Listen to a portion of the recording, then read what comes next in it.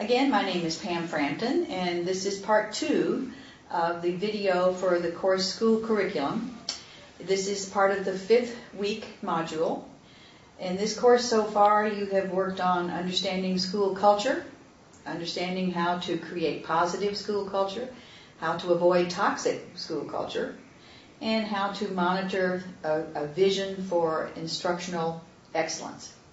Also, how to develop staff development that will lead to a professional learning community. And our first guest that we spoke to in part 1 of this video was a principal of an elementary school in the Midwest. And her demographics were pretty affluent, very few students on reduced and free lunch. But she also spoke about how you can never assume that means you're going to have a great instructional program. And she talked about how you can never rest on your laurels, so to speak. And we enjoyed listening to her. Now today you're going to have a different viewpoint. We have as our guest today a practicing school leader who has a challenging population, a high poverty school with demographics quite different from what we heard in part 1 of this video. Her school is a high school, and her name is Cynthia, and we'd like to welcome you, Cynthia, for coming in. Cynthia is known in our region as a strong leader and someone who is able to affect change. And I'm very proud to have you with us today. She's also a graduate of our program in school leadership. Cynthia, why don't you briefly describe to us the demographics of your school and what your role is at the school? Okay, my role at the school is the director of New Tech, which is a new program that we've implemented, a new high school model, and I'll get into that in a little bit. We have about 600 students at our school, about 90% free and reduced lunch. 90%. That's very different from part 1. We have about 50% white students and about 20% Hispanic and 30% black students. Okay. And tell us more about how you became the leader of the New Tech High School. About 3 years ago, we knew that we were in academic trouble. We had already been on academic watch for 2 years. We were going into academic probation, and we knew that changes needed to be made. We knew what we were doing with the students was not working. About 50% of our male students were dropping out of high school. Our graduation rate was in this about 63%. We were wavering a lot of students, so even though they were getting their diploma, they weren't getting their diploma and passing the test. So we began to research different high school transformation models. And when we did that, we came upon the New Tech High School model. Now, we weren't just interested in being able to get the students to pass the test. We were interested in finding a way to make minority and more at-risk students able to be competitive in the 21st century. So we thought outside of the box. When we went to the New Tech model, it has 3 pillars. There's project-based learning, strong relationships, and one-to-one technology. And I think the students have looked at the Buck Institute website, and so they know something about New Tech. But I think what they would enjoy hearing from you is the true life story of what it was like to try to implement a new tech school into an existing high school that had issues. So tell us your story about how you managed that. How did you affect change? Okay, so 3 years ago we began to research these different transformation models. And it began with the administrative staff and the guidance counselors researching different high school transformation models. Once we narrowed it down to New Tech, we knew that we weren't going to be able to implement such a major transformational change without getting staff buy-in and community buy-in. Right. So what we began to do is we began to take teachers as well as parents and other staff members from the school district on visits to see different New Tech high schools, to see if they were interested in the model, if they felt the model was good for us so that we could get buy-in. This process took about 2 years. I understand you went to California, where there's some very strong New Tech high schools. Yes, that's where the New Tech High School model began, was in Napa Valley, California. Okay. But Indiana right now has the largest New Tech school population in the country. Did not know so that. We're paving the way for 21st century high schools. So then what we did was we got together a group that was representative of all the stakeholders, and we did a shared decision-making process to move towards the new tech model. Now, we decided as a group to move towards a new tech model. However, New Tech had to accept us. Now, New Tech had never accepted a school that was in the kind of trouble we were in. Mm-hmm. Previous to that, they were going into schools that were already making AYP progress. And making progress. So we were their first school of challenge. But we made a strong pitch that if they truly believed that their model was what would make a student successful in the 21st century, then it should work for all students. So you threw down the gauntlet. Yes. If you think you're so good, then come show us. Exactly. That's great. So then from there, we couldn't implement New Tech 912, and we are going to be a school-wide New Tech. We had to roll out New Tech in phases. Okay. So we started with our 910. Now, when we started with our 910 group, we asked teachers to volunteer to be a part of the 910 group. We didn't want to just assign teachers because, again, we wanted it to be part of shared decision-making. Very wise. Mm-hmm. So these teachers, we had 14 of them that volunteered, have gone through over 175 hours of professional development this year. And over the summer, they attended New Tech training for a week in the summer. They also came in every week for 4 hours a week to prepare for this year. They've stayed after. Have they been reimbursed at all through stipends? Or minimally. Minimally, yeah. Very minimally. Most of it has been them volunteering their own time. That's awesome. Now, because we did this through a shared decision-making process, they are now our New Tech cheerleaders. They see that the process is working, so through those teachers, they're able to influence the rest of the staff that is now going to come on board with us 9 through 12 next year. And they've actually led the charge of getting the buy-in. So it's come from within rather than being imposed on them from administration. And we've talked about that, and we read some material that explains how you do that step by step. Mm-hmm. Yeah, very, very good.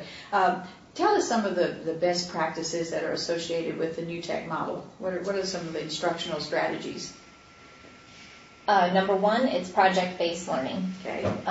Which if they've looked at the Buck Institute, they will see that basically what we're having the students do is learn content through solving real-world problems. Through PBL. Yes.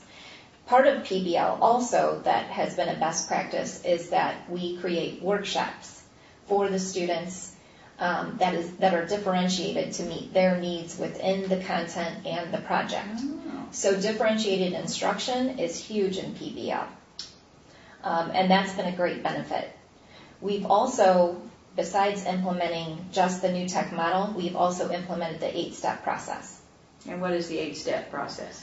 Basically, data-driven instruction. Okay. We're doing interim assessments every 3 weeks based on the content, rigor, and format of the ECA test. Okay. And we're able to... And what's the ECA test? Because we have students in Hawaii. Okay. The Indiana end-of-course assessment or graduation qualifying exam is given in English 10, Algebra 1, and Biology 1. So ECA, what is that? End-of-course assessment. End-of-course assessment. Okay. Thank you. And it's our graduation qualifying exam. Okay. So we've been able to individualize instruction much greater than we did in the traditional model. Okay. Through New Tech, PBL, and through the 8-step process. What would you say that you can point to that's worked very well, and what maybe has not worked out as well as you had hoped? You can start with the negative. What hasn't worked as well as you had hoped? We had hoped that we would be able to be completely true to the model, 100%. In the first year, we had huge aspirations. We have been told by the New Tech Network that we are the best implementation that they've seen thus far. Wow, great. However, we didn't reach the 100% goal. Yeah. But we have to be okay with that. You have to have a goal. We have to be okay with that. And we also, because we're one of the 23 failing schools in Indiana, we have to make sure that we at least are going to make Safe Harbor. So there have been times this year where we've kind of had to slow down on the projects in order to make sure the students are getting the content and we've had to do a lot more frequent assessments and remediation for those students, whereas we would like to just move through with all 100% wall-to-wall project-based learning. And what would you say is what you're most proud of? What are you seeing as the real benefits of what you've done? Well, your work? We've just received our biology and English 10 ECA scores.